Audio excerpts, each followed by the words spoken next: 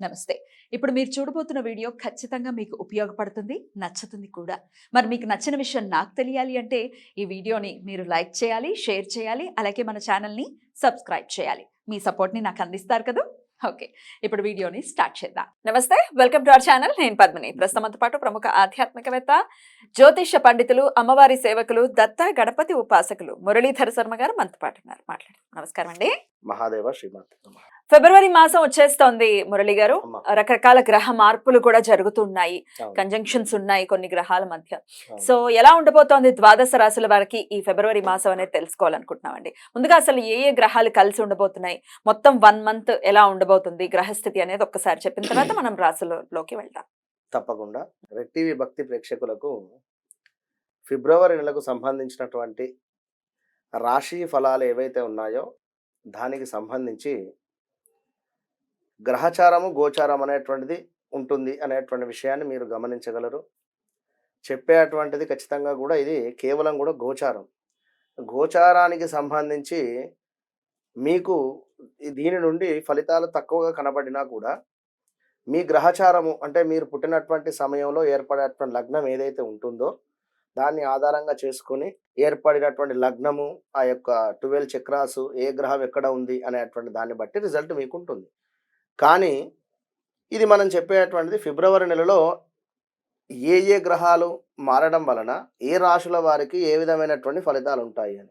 ఇందులో మనం చెప్పేటువంటి విషయం కొందరికి సంఘటనలు జరిగి ఉండవచ్చును, కొందరికి జరిగి ఉండకపోవచ్చు. మీరు ఖచ్చితంగా కూడా కనెక్ట్ కావాలి. ఎవరికైనా కూడా కనెక్ట్ అయితేనే ఫలానా డాక్టర్ వద్దకు వెళితేనే యొక్క జబ్బు అనేటువంటిది నయం అవుతుంది అనేటువంటిది ఎంతవరకు సత్యమో ఖచ్చితంగా కూడా ఫలానా వారు గురువు గారు చెప్పినటువంటి ప్రిడిక్షన్ కరెక్ట్గా అనిపించింది నాకు అనేటువంటిది కూడా మీకు అనిపించాలి. ఎందుకంటే చాలా కామెంట్స్లో కూడా చూడడం జరుగుతూ ఉన్నది.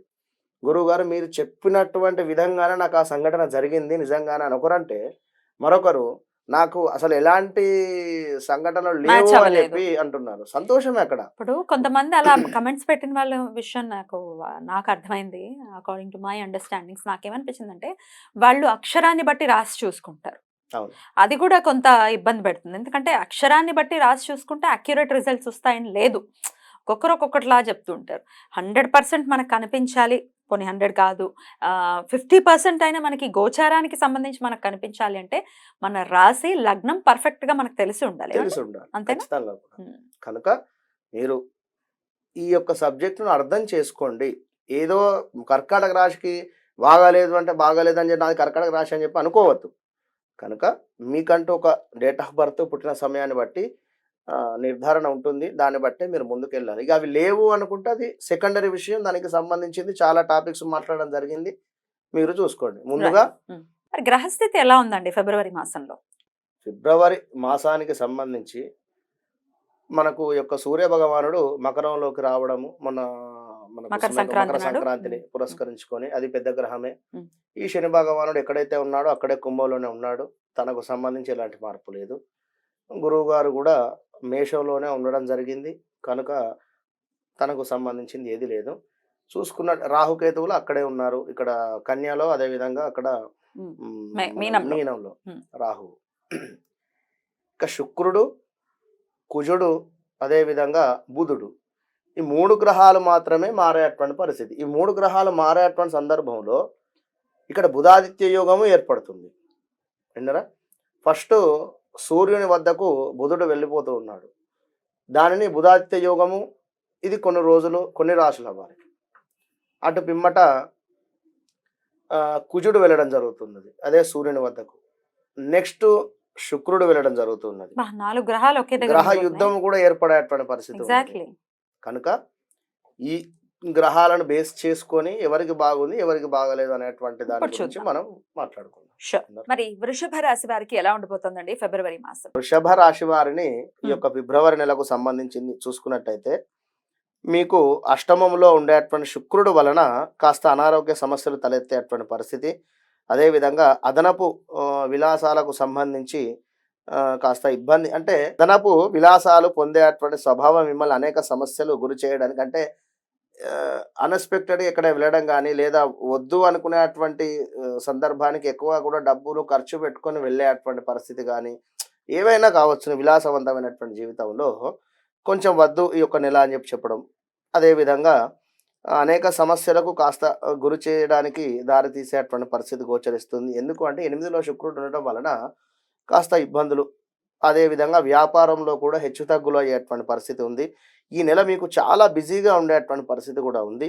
ఎందుకంటే శని తన సొంత రాశిలోనే ఉండడం చేత చాలా అంటే చాలా మీరు పడినటువంటి కష్టానికి ప్రతిఫలము లభించేటువంటి పరిస్థితి గోచరిస్తుంది. ఎందుకు అంటే శని భగవానుడు ఎంతనైతే వర్క్ పరంగా ఎంత బిజీగా ఉంటామో ఖచ్చితంగా ఆ యొక్క శని భగవానుడు దానికి సంబంధించినటువంటి రిజల్ట్ ఇవ్వడం జరుగుతుంది. ఇంకను మీ యొక్క ఉండేటువంటి స్థానంలో మీకు గుడ్ విల్ పెరిగేటువంటి పరిస్థితి, విజయము అన్ని రకాలుగా కూడా సాధించడానికి ఎంతో కూడా దోహదపడేటువంటి పరిస్థితి ఉంది.